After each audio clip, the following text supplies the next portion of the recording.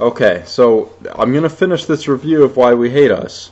But first, I think this end of this review is going to take the place of kind of a defense of our generation's culture.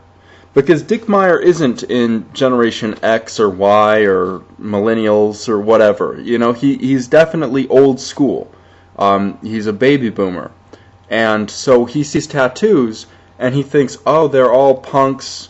It's all barbed wire or swastika tattoos. You know, there can't be any art there. High art is opera and paintings and oil paintings. And, you know, this one, it might just be a matter of opinion, but most people with tattoos think that they are art.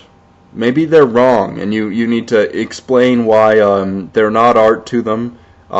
Maybe your next book will be one of art history. But, Dick, I don't think it's appropriate for you to give a moral lecture to our culture and then have something immoral in it. You know, and it is immoral to criticize people for things that they've done that aren't bad. It's not bad to get a tattoo. That's their business, you know? And he often dismisses this idea that you have individual rights, personal rights, and that those are important as part of this egoism culture, the me culture. He has one lady, Sheila, who says, I worship the god of Sheila, Sheilaism. He makes fun of this idea because he doesn't want you to be egotistical. He wants you to be part of a community. But sometimes our communities don't accept us, or we don't have a community handy, and we have to act as individuals.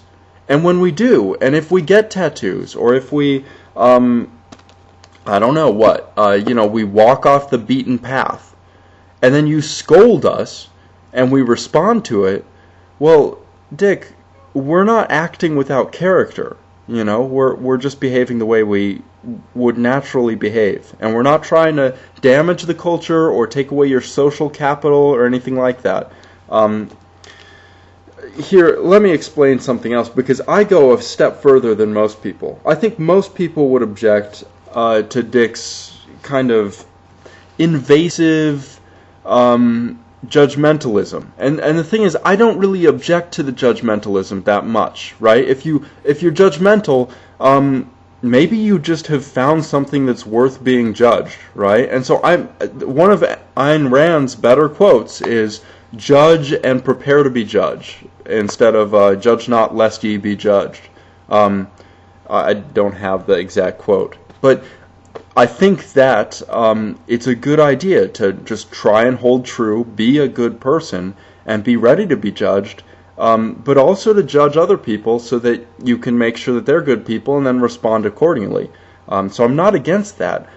What I'm against is judging poorly. What's important when you judge somebody's character is, are they doing damage to the culture at large? And I don't think you make a sufficient case that people damage social capital. I think these are ill-defined terms and they're poor, Mr. Meyer. But besides doing damage to the culture at large, do they infringe on somebody's specific rights? And if they do, then you can judge them, and then it's appropriate. But if I get a face tattoo, if I get any tattoo, that's my right to do it. If I change my name to fuck, something that most people don't do, it's my right to do it.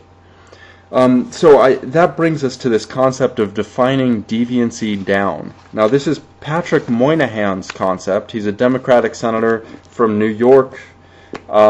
Dick Meyer references it as the one-way direction of society from stable and sensible towards chaotic and immoral. And when I change my name to fuck, I am unilaterally defining deviancy down. I'm making something that was not acceptable before into something that other people will have to accept. And I am okay with it. He doesn't let his kids say the word suck. And he feels like a hypocrite because he curses. Whereas I'm trying actively and hard to change my name to fuck. So this defining deviancy down is an important concept, and one that I'm invested in, because I think it's a good thing. breaking irrational taboos is different than breaking normal taboos. When you break an irrational taboo, like the one against getting face tattoos, or the one against changing your name to a curse word, or to even a weird word, right? You're saying, hey, look, we're better than this. We are rational creatures. We can make sense in our decisions. I'm going to break this taboo, and you're going to deal with it. And we're going to keep law and order, and we're going to make sure rights are protected, and we're going to work towards a better culture. We're going to try and create community where we can. Dick doesn't see it that way, but that's what breaking irrational taboos can do.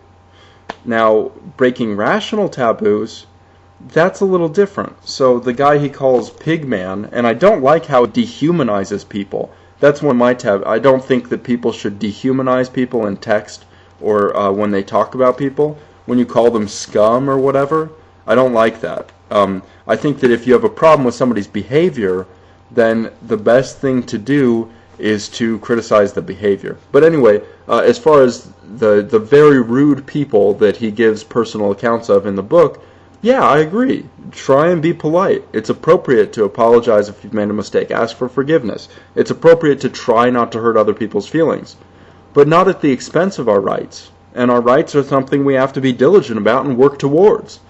All that being said, Dick Meyer probably won't watch this video, and if he did, he probably wouldn't think much of me because I'm a tattooed man.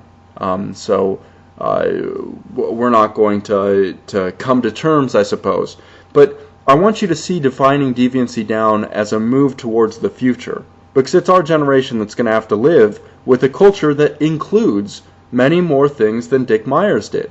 We're going to include gay marriage. We're going to include curse word names, and we're going to include tattoos. And if we choose to include those people as full citizens, and we really accept them, then they can contribute more to the culture, and we can get a lot further. And if we choose to exclude them and treat them as pariahs, we're making a mistake. And so, I mean, of course I would say that, because I'd be the person that would be excluded, and, you know, what can I say?